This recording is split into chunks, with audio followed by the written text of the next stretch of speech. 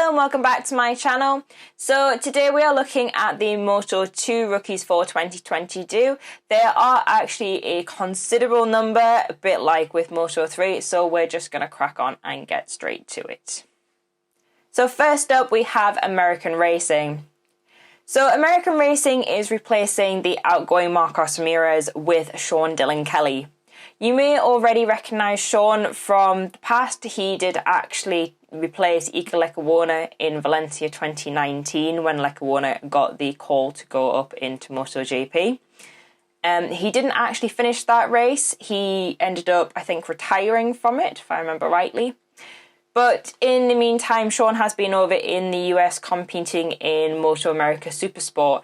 And he cleaned up. Like, he is the current reigning Moto America Supersport champion. And yeah, to say he cleaned up would be an understatement. He walked away last year with 12 wins under his belt, which is pretty formidable. I hope that Sean has a really good year this year because he's such a lovely guy. If you ever get the chance to speak to him, whether it be online or in person, he is such a doll. He is so smiley. He is so happy. He's just such a genuinely nice guy. So I really wish him the best. He is joining Cam Beaubier for Cam's second year in the category.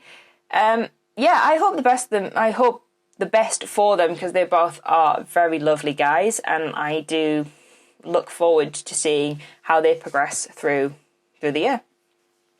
Moving on to Gresini. So Gresini has an entirely new lineup for 2022 with Digia going up into MotoGP. Nearly said Moto3 there. Into MotoGP and Nicolo Brulaga going to Pastures New. They are being joined by Philip Salach and Alessandro Zacconi. Zacconi? I want to say Zanoni, but that's totally wrong. Zacconi. So Salach is an odd one for me. However, I think that size not being on his side for Moto3, Moto2 is probably a more viable fit for him. So Salach ended the Moto3 World Championship in 2021 in 16th place with a best place of second. He had a little bit of a turbulent year. He started off with the Snipers team and ended up back in Prustel after the passing of Jason Pasquier. So it was a little bit of a tough year for Philip. I hope that Moto2 suits him well, suits him better than Moto3 has done. I think it may do because he is actually quite a lanky guy. But moving on to his teammate, so we don't end up just talking about it being the Philip show. So Zacconi is coming from Moto E, which is the Hector Garzo route into things, really.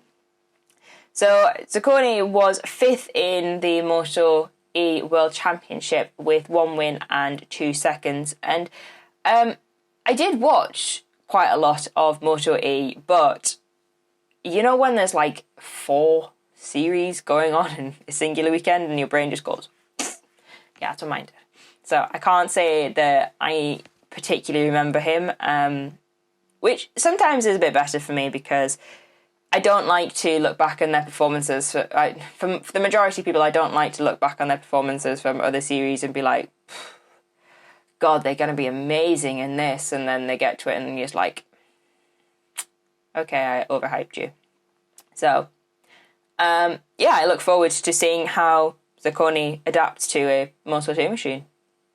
Be interesting. Moving on to Liquimoli Intact GP. So Marcel Strotter is staying put for another year and he will be joined by Jeremy Alcoba. So Alcoba is moving up into Moto2, I think partially due to his size, but also with the outgoing of Gresini leaving Moto3, kind of was limited on options anyway. Alcoba has not had best of campaigns in Moto3. He was 12th in the World Championship last year with a 2nd and a 3rd. He didn't exactly set the world alight, so I will be interested to see what he can do in Moto2. there isn't really much to say about it, to be honest. Part of me doesn't agree with the fact that in Moto3 you've got the two people that were second and third in the World Championship staying put, but people who finished in the teens in the World Championship are moving up. But motorsport is going to motorsport, unfortunately. Moving on to Speed Up, who I think are going under the names, if I've got this right, as MB Conveyors Speed Up team. And they also have a completely new lineup. So it was a rather turbulent goodbye to Jari Montella, who left midway through last year. So both Montella and Navarro are moving on to... Well, Montella onto pastures new, Navarro onto a new team. And instead we have Romano Fenati and Fermin Aldeguer. So it's a little bit of a grey area for me whether we are classing them as rookies. I don't think they are classed as rookies because I think they've both done more than 8 races, but I'll put them in the rookies category because neither of them have done a full season. So Fenati obviously was in Moto2 a few years ago, but there was that infamous moment with Stefano Manzi, which we'll get into. Let's just move on from that. Anyway, so Fenny did have some pretty amazing moments in Moto3 last year. He was 5th in the World Championship with 1 win, 1 second and 2 thirds. Obviously, he was also on track to win in Mazzano, I think. Let me check. He was also on track to win in Mazzano, but obviously had that crash, which was pretty heartbreaking for everyone involved. As for Fermin is the reigning CV Moto2 world champion, and he is a bit like Sean. He absolutely cleared up in that category, like 9 wins. Wild, really. So Fermin came in last season and replaced Jari Montella and he finished a best of 7th place. So getting used to the bike sooner rather than just being kind of plopped in mid-season, expected to crack on with it. I am wondering if Fermin could actually be a championship contender. He's pretty nifty on that bike. So I think Fermin might actually be one of these ones where I look at him like, I wonder if you could be world champion. But we'll see, because you never know in bike racing. It's a wild ride. So next up is Pertamina Mandalika SAG team.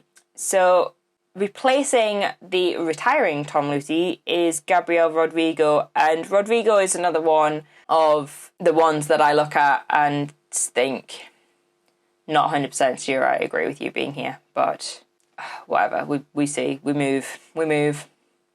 So Rodrigo finished 19th in the World Championship last year with his best place of 2nd. Rodrigo has been around in Moto3 for quite a long time.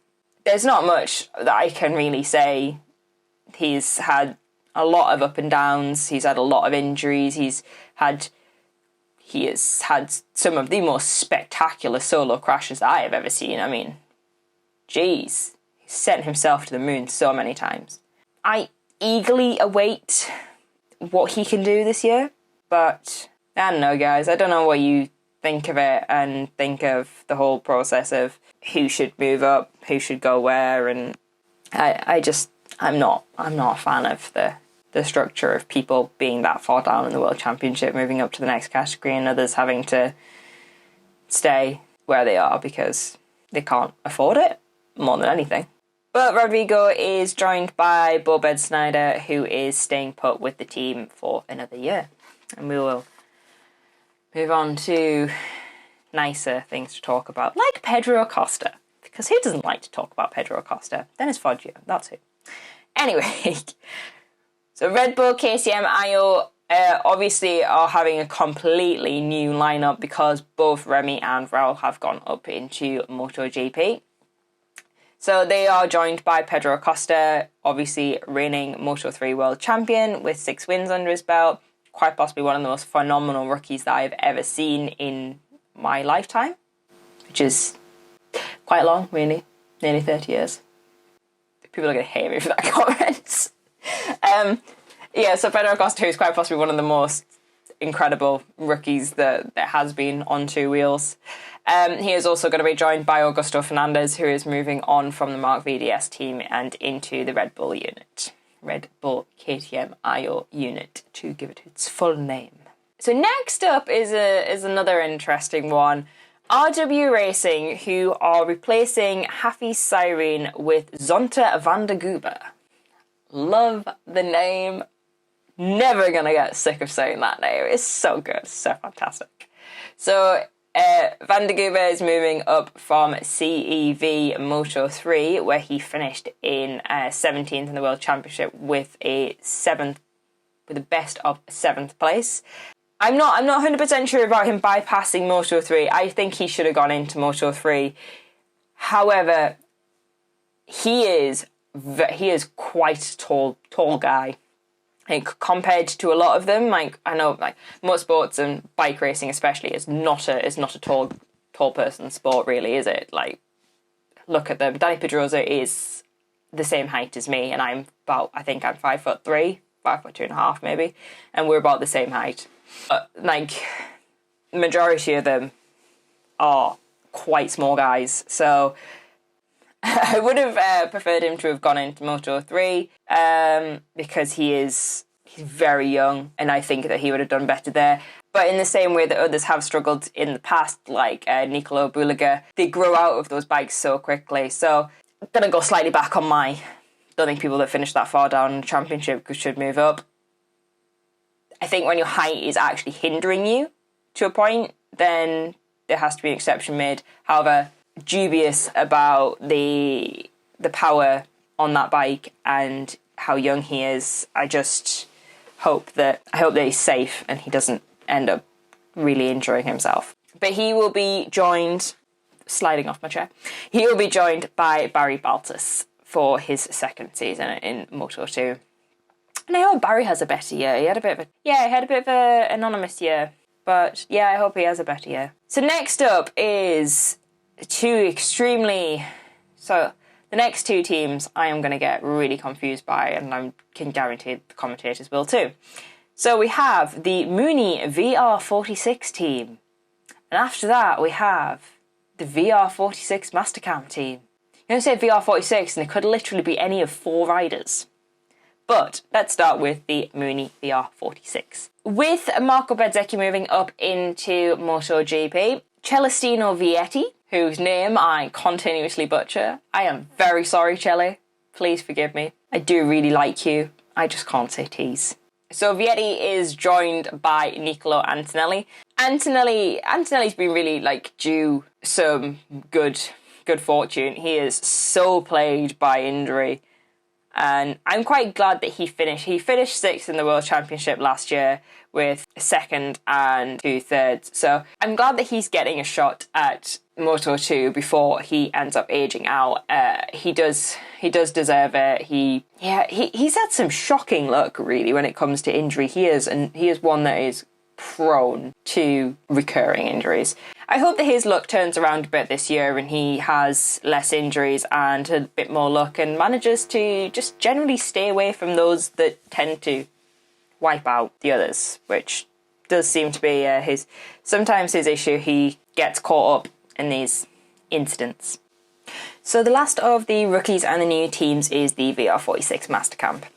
And they have Manuel, Gonzalez and Kenneth Coobel. So I didn't know that much about Gonzalez before I started doing a bit of research because I don't actually watch all that much World Superbikes. It clashes with too many things, and honestly, I'm not going to lie, I have way too many subscriptions to various sporting services and I just can't afford it.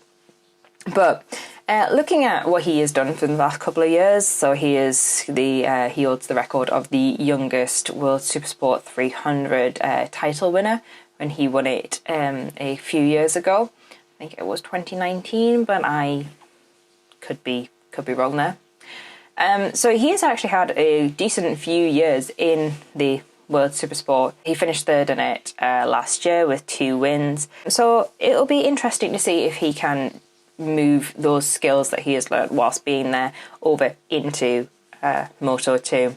He has actually had a wildcard / replacement appearance when he replaced Lorenzo Baldassari in Aragon of 2021. It was quite an anonymous day or weekend, but so are the majority of people's wildcard and replacement rides. So interesting to see what he can do with a little bit more time getting used to the bike and to the team. So yeah, so I'm really looking forward to seeing what he can do, especially seeing as he is completely new to me. I haven't actually ever seen him ride except for Aragon, when I'm pretty sure that he was. I don't actually remember seeing him short at all on TV, so I'm very interested to see how he does and what his riding style is like. Moving on to his teammate Kenneth Coobel. He competed in CV Moto2, so he was in the same category as Fermin Aldeguer last year, and he finished 11th in the World Championship. He didn't particularly have the most electric year in there, so hopefully he will be able to be a bit more comfortable in the Moto2 World Championship.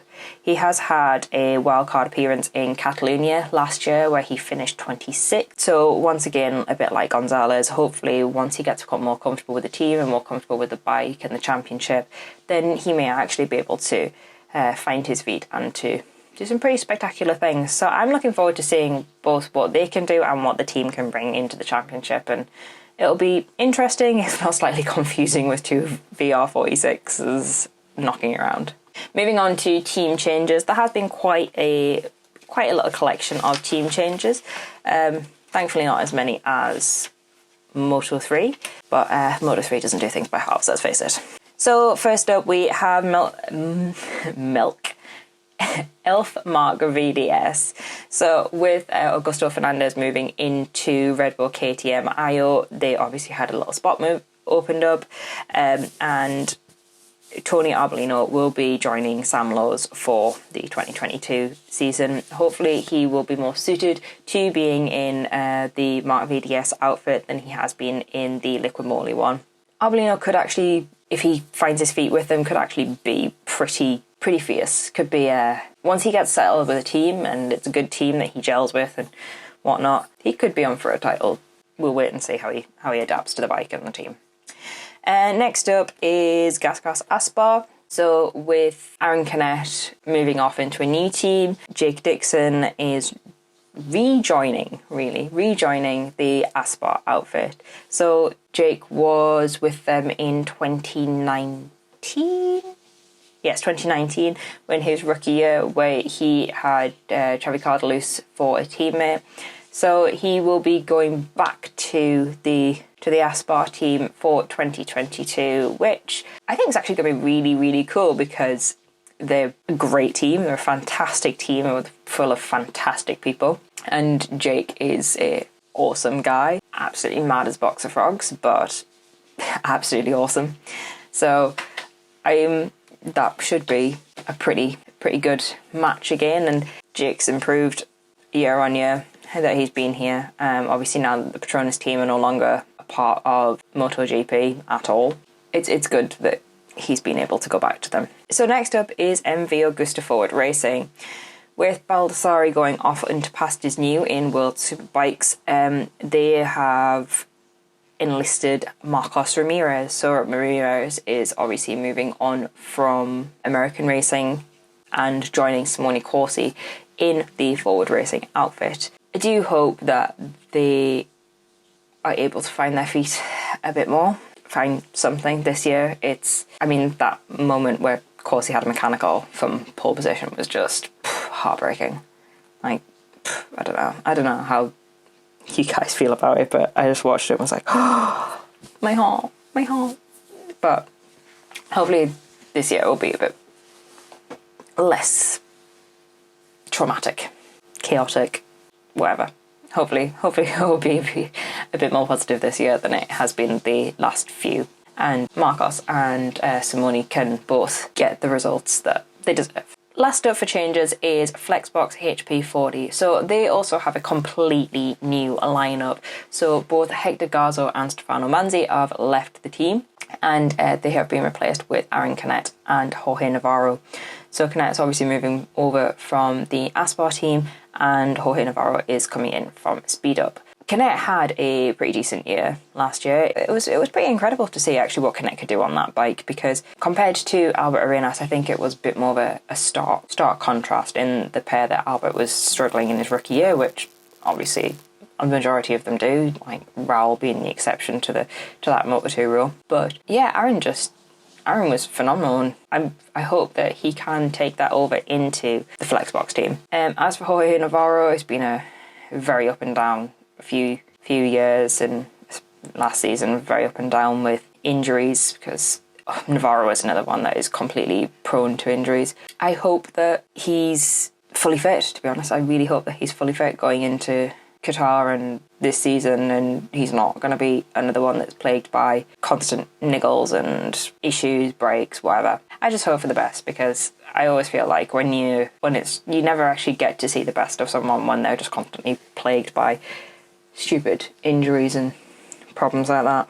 As for the teams that are staying the same, there are actually only two once again.